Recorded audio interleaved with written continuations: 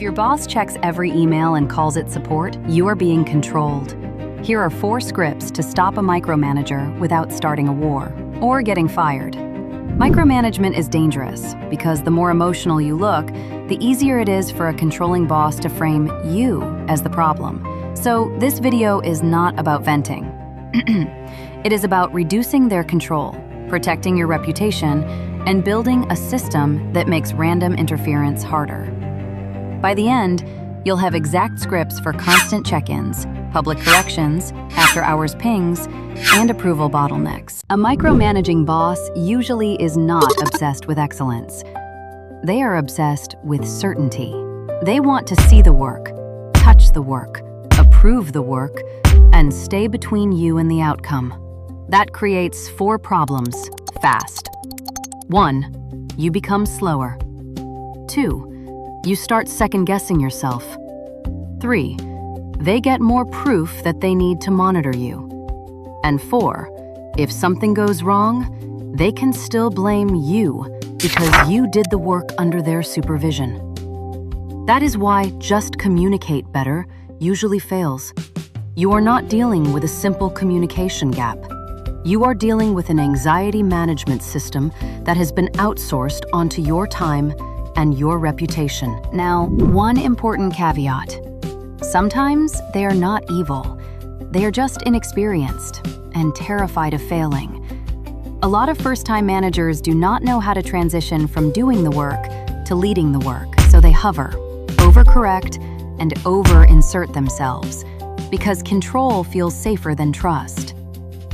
That does not make the behavior okay, but it does help you depersonalize it. Because whether your boss is malicious or just insecure, your strategy stays almost the same. Do not fight them on identity. Do not argue about trust. Replace the chaos with structure. And let's say the quiet part out loud. A lot of people watching this cannot just quit. You may need the income. You may be on probation. You may be in a weak job market. You may be remote, isolated, or under useless HR. So this is not fantasy advice about setting bold boundaries. This is risk-managed survival. Also, if you've been under this for a while, do a sanity check. Are expectations stable or always moving? Is feedback specific or just constant? Are wins acknowledged or erased? Are corrections useful or performative? Micromanagement can make competent people feel incompetent. So reality test the pattern with a trusted colleague, mentor, or former manager. If an outside person hears your examples and says, "No, that's excessive," pay attention. Micromanagement also traps people through F.O.G, fear. If I don't answer instantly, I'll look difficult. Obligation. They're my boss, so I have to accept this. Guilt. Maybe they're just trying to help. Maybe I'm overreacting. F.O.G is what keeps you freezing instead of fixing. Use the friend filter. If your friend said their boss rewrites every draft, changes instructions halfway through, and pings after hours for reassurance, would you call that support? Probably not. You would call it control, dressed up as involvement. So now, let's get tactical. Your first move is to define what actually needs approval. Say this. I want to make sure I'm giving you the right visibility without slowing delivery. Can we clarify which decisions need your approval, which ones I can own, and when you want updates? Why this works? You are not accusing them of hovering. You are reframing the problem as workflow efficiency. Here is the written version. Hi, boss. To keep turnaround fast and reduce unnecessary back and forth, can we align on 3 things? 1. Items requiring your approval. 2. Items I can proceed on independently. And 3. The update cadence you want for visibility. This is the first rung of the boundary ladder. You are replacing random surveillance with decision rights and cadence. Second move. stop feeding the drip. If your boss pings all day for status, do not keep rewarding the pattern with scattered replies. Say this: I can send a clean progress update at noon and end of day, so you have visibility without needing to chase it in pieces. Here's the written version. Quick recap for visibility. Completed X, in progress Y, blocker Z. Next update by 4 p.m. Simple, predictable, calm. Now your update becomes the system. Their random interruption becomes the exception. If this channel saves you from one bad workplace move, subscribe. Office Survival System is built for people who need exact lines, not motivational speeches. Third move. If they micromanage you in meetings, do not argue in public. Your first goal is to stop the theater without bruising their ego. For a stable boss, use this. Got it. For clarity, which part would you like changed? The timeline, the recommendation, or the owner? That works because it forces specificity and moves the conversation back to decisions. But for a highly volatile or insecure boss, use the softer version instead. Got it. I'll take a note of that, and we can align on the exact revisions offline to keep this meeting moving. That version is often safer because it avoids making them feel exposed in front of other people. Then send this written follow-up after the meeting. Recap from today. The requested change is X, owner is Y, and I'll deliver the revision by time. That protects you from the classic move where a boss criticizes broadly in public, then later claims you weren't aligned. Fourth move, handle after-hours micromanagement before it colonizes your nervous system. Say this: I saw your note. I'll handle this first thing in the morning and send you an update by 9:30. Written version. Received. I'll review and respond by 9:30 a.m. You are not ignoring the message. You are acknowledging it and setting a next touch time.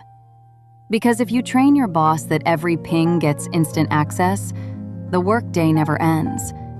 And once the workday ends, your mind often doesn't. You start replaying messages at dinner, in the shower, on Sunday night. To interrupt that, close loops in writing, name the next step, and attach a time. Now, if your boss gets emotionally charged, baiting, or strangely personal, switch to gray rock. Short, flat, factual. Say, understood. I'll send the update by 3. The latest version is in the shared folder. I'm working from the priorities you set in yesterday's recap. No speeches, no over-explaining, no trying to win on tone. And this is where reputation insurance starts. Log the date, time, platform, exact wording, witnesses, what changed, the impact on work, your calm response, and any follow-up artifact. Then send the recap. Use this paper trail formula. Recap, facts. Next step, action by time. Decision needed, A or B. Micromanagement becomes much harder to deny once it leaves a pattern. Now let's talk escalation. If this starts turning into formal criticism, review season surprises, PP language, or HR conversations, the risk changes.